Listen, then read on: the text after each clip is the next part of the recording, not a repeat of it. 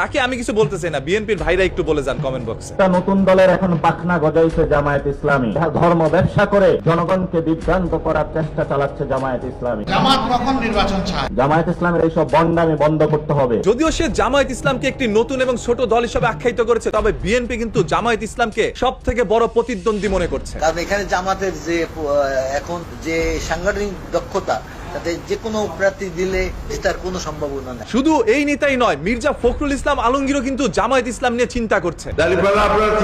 তাদেরকে যদি ভোট দেন তাহলে আমার মৃতদেহ পাবেন। তার কাছে মনে হচ্ছে দাড়িপাল্লা, অন্যদিকে ধানের শীষ, এই ছাড়া অন্য কোনো দল নাই। আপনাদেরকে ধানের শীষ আর দাড়িপাল্লার মধ্যে বেছে নিতে হবে, তাই তো ভাই নাকি? এই দুইটি দলের মধ্যেই হবে এবার নির্বাচনের লড়াই। মির্জা ফখরুল ইসলাম আলমগীরের বাবা একজন রাজাকার। ভাই এইগুলো আজকে বললেন না, কারণ সেনা প্রধান নিজেও বলেছে কাদা ছোড়াছুড়ি আপনারা বন্ধ করেন। নিজেরা যদি কাদা ছোড়াছুড়ি করেন, মারামারি কাটাকাটি করেন, আমি সতর্ক করে দিচ্ছি আপনাদের। মসজিদে রাজনীতি যদি না করে যায়, মসজিদে কোরআন তেলাওয়াত চলবে না। মানে এটা কি কোনো কথার মধ্যে পড়ে ভাই? মসজিদের মধ্যে রাজনীতি করতে পারবে না, এই জন্য কোরআন তেলাওয়াত চলবে না? মসজিদে খবরদার, মসজিদে যদি মিটিং ওরা করতে পারে, আমরা প্রত্যেকটি মসজিদে, আপনারা মসজিদে বিএনপি জাতীয়তাবাদী দলের তারেক জিয়ার মেসেজ পাঠাবেন। হ্যাঁ, এখন থেকে মসজিদের মধ্যে আপনারাও রাজনীতি করেন, তারাও রাজনীতি করুক, সবাই মিলে রাজনীতি করেন। মসজিদটা একটা রাজনীতির জায়গা বানায় ফেলেন। সাধারণ মানুষ আর যাওয়ার দরকার নাই, আপনারাই ওইখানে যান আর মুসল্লিদের পিছন মেরে খান। দেশনীতি শেখ হাসিনার, দেশনীতিক বেগম খালেদা জিয়া। শেখ হাসিনা দেশ থেকে চলে গিয়েছে প্রায় 1.5 বছর হতে যাচ্ছে। এখন পর্যন্ত এই সকল লোকের মনের মধ্যে শেখ হাসিনার জন্যই ভালোবাসা। আবার এদেরকে নিয়ে বিএনপি দেখছে নতুন করে আসা। জামাতি হিন্দুকে কিভাবে নমিনেশন দিল? জামাত উপরে উপরে ভালো, ভিতরে ঠিক ভালো না। ওরা সব জায়গায় ওরা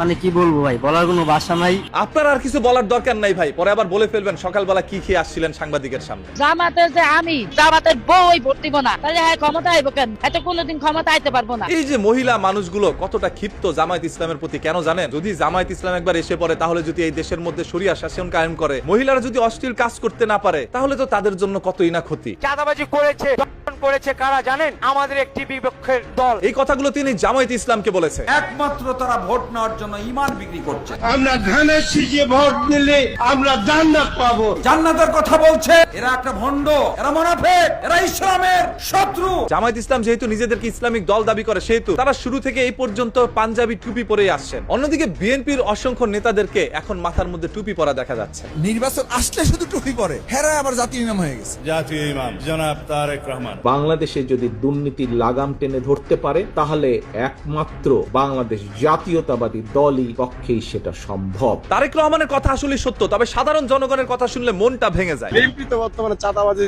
টেন্ডারবাজি শুরু করে দিয়েছে। খিচুড়ির লোভ দেখিয়ে সকাল থেকে দুপুর অব্দি তাদেরকে বোঝানো হয়েছে ধানের শীষে ভোট দেওয়ার জন্য, তবে এই নিমক হারামের দলগুলো বলল দাড়িপাল্লায় ভোট দিবে। এটা কি মানা যায়?